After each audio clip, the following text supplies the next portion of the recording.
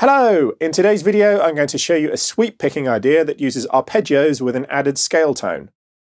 This idea fits nicely under the fingers and can be modified to fit any type of arpeggio. By the end of this video you should be able to use this concept to be able to play over many different chord types. I'm going to begin with a C major 7 arpeggio, and a major 7 arpeggio consists of the root, the third, the fifth and the seventh notes of the major scale.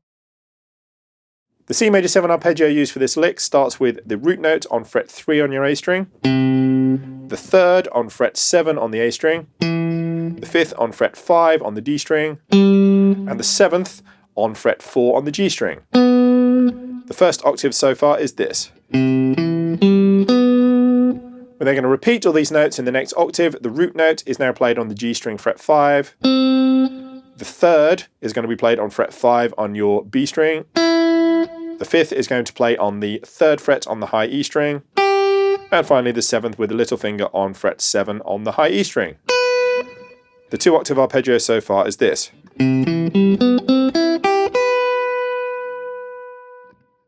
This arpeggio shape is very useful as it is, although I'm now going to add the second note of the major scale to each octave.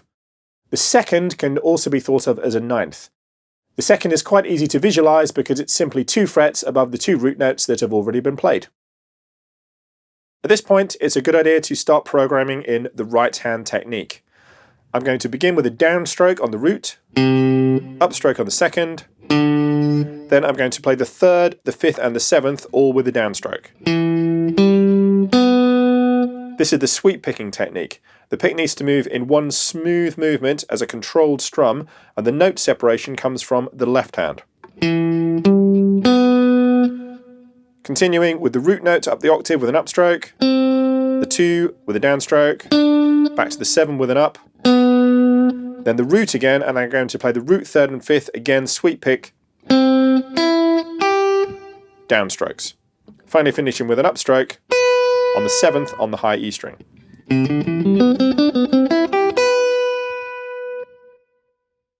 When practicing new ideas, it's a good idea to play them in different rhythmic groupings.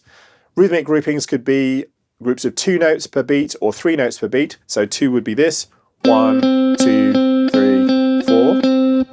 Or groups of 3 or triplets would be this, 1, 2, 3, 4. We could double each of these, so you could have 4 notes per beat, like this, 1, 2, 3, 4, or maybe groups of 6.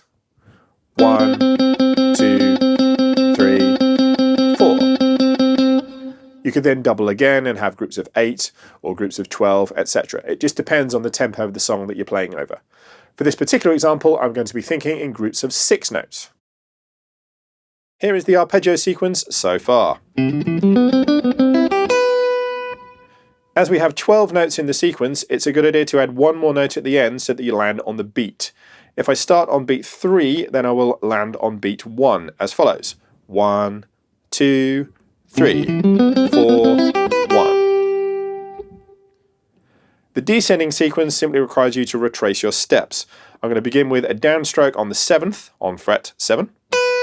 Upstrokes are used for the 5th, 3rd and root. Then the 7, the 9 or the 2, root, and the 7th. Again, I'm going to sweep playing the 7, 5 and 3, or the 7th, 5th and 3rd. Then I'm going to play a downstroke on the 2nd, and then the root with an upstroke. The entire sequence played ascending and descending is as follows.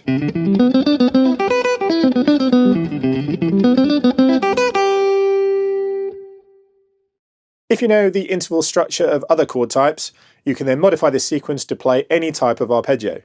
An example would be if I were to play a D minor 7 idea. A D minor 7 arpeggio or chord consists of the intervals root, flat third, fifth and flat 7. The only tricky part is knowing whether you're going to add a second or a flattened second. This all depends on the harmony that you're playing over at the time. For this particular example, I'm going to choose a regular second or ninth, as this E note will be part of the C major scale. I can then use the original C major 7 arpeggio idea and the new D minor 7 arpeggio idea anytime that a C major scale is to be used. The D minor 7 sequence starts on fret 5 on the A string, then fret 7, the The flat third, fifth and flat seventh are played on the A, D and G strings at frets 8, 7 and 5. The root and 9 are played on frets 7 and 9, and the sequence is frets 7, 9, 5 and 7. The flat third is played at fret 6 on the B string, followed by the fifth and the flat seventh on frets 5 and 8 on the high E string. The picking is the same as was with the C major 7th idea. Here is the D minor 7 idea played ascending and descending.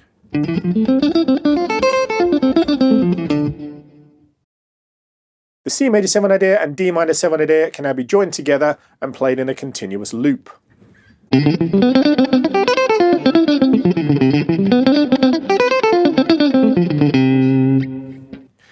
If you know the interval structure of all the other chords in the C major scale, you can then play the entire scale using this sequence.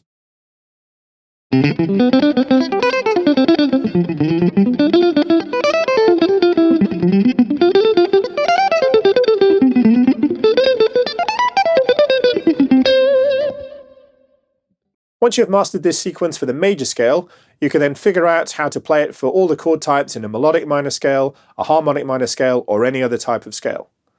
An example would be using a melodic minor scale and playing a D minor 7 flat 5 arpeggio with an added second or ninth over an E7 sharp 9 chord, moving to an A minor chord. The picking is the same as was used in previous sequences. The D minor 7 flat 5 with added ninth sequence starts on the 5th fret on the A string with the root. The 2 is on fret 7. The flat third is on fret 8. The flattened 5th is on the D string on fret 6. On the G string, I'm going to play the flat 7, the root, the 9, the flat 7, the root, or frets 5, 7, 9, 5, 7. Then the flat third is on the B string on fret 6. The flat 5th is on the 4th fret on the high E string. And finally, the flat 7 is on fret 8 on the high E string.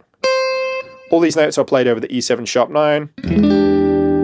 I'll resolve the idea by playing the A note on fret 5 on the high E string over the A minor chord. We get this, E7 sharp 9.